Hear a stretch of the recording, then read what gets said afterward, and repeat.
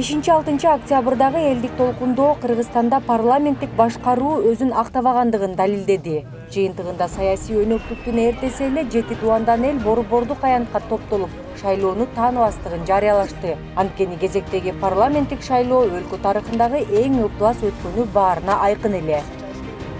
Биз 30 жылда 3 жолу революция жасадык, үчөө тең ушу шайлоолордун кесепетинен келип чыккан.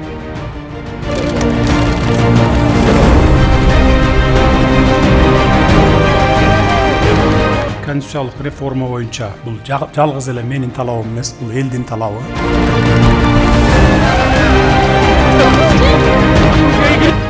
Башаламандыктын келип чыгышына пандемия да себеп болду. Коронавирус күч алып жатканда 120 депутаттын эс алууга чыкканы элдин кыжырын кайнатты. Президент, өкмөт, парламент жоопкерчиликти сезбегенин далилдеди. Бул окуялар өлкөгө элдин жүгүн көтөрө турган, жоопкерчиликти моюнга ала турган бир адам болушу керектигин айгинеледи. Мына ушуга окшогон чыныгы элдин мүдөөсү Садыр Жапаровдун саясий платформасында чагылдырылды. 2021 жылдын 10 январында президенттик шайлоо менен референдумду кошо өткөрүү керек. Ал референдумда бир гана маселе каралат. Мамлекеттик башкаруу, президенттик же парламенттик. Эгерде жарандар президенттик башкарууну тандаса, анда президенттин ыйгарым укуктарын, анын жоопкерчилиги менен күчөтүү керек. Өлкө башчысы мамлекеттин тышкы саясаттан баштап, ички чарбалык ишмердүүлүгүнө чейин толук кандуу иштешине жоопкерчилик тартат. Бир дагы киши азыркы биздин лидердей Садыр Жапаровдай болуп, мен жоопкерчилик алам, жүктү мойнума көтөрөм, жон терим менен өзүм бардык ишти көтөрөм деген сыяктуу жоопкерчиликти эч бир президент алган эмес. Же уктуңар беле алганын. Парламенттик башкаруу туруктуу өкмөттү түзө албастыгын иш жүзүндө көрсөттү. Бири социалисттик, бири коммунисттик идеяны жактаган партиялардын максаты креслого илинүү. Ошондуктан алар ар кандай шылтоолор менен коалицияны ыдыратып, жаңы өкмөттү түзүүгө кызыктар. Муну саясат таануучулар жашырышпайт.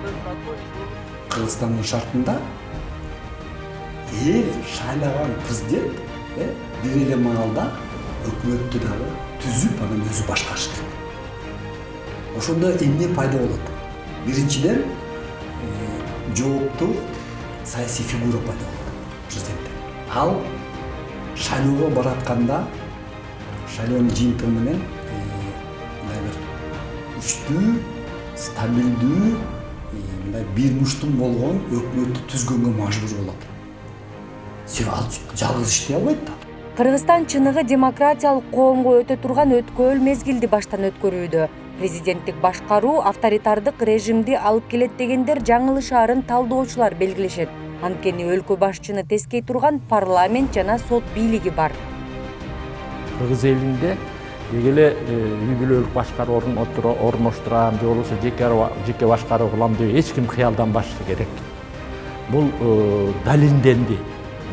3 жолу баягы бийликти кубалап түштүк. Ошондуктан эч ким кыялдана албайт. Андай бир акылынан айнып калган адам эле кыялданбаса, акылы бар адам андай кыялданганга мүмкүнчүлүк жок Кыргыз элиндечи. Ошондуктан коркпой туруп биз президенттик башкарууга барышыбыз керек. Бийликтин бирден бир булагы бул эл экени президенттикке талапкер Садыр Жапаровдун платформасында жазылган. Президенттерди эл шайлайт. Эгерде элдин ишенимине татыбаса, аларды кулатканда эл. Баш мыйзамды кабыл алганда эл. Ал эл үчүн иштебесе, анын жоболорун да өзгөрткөн эл.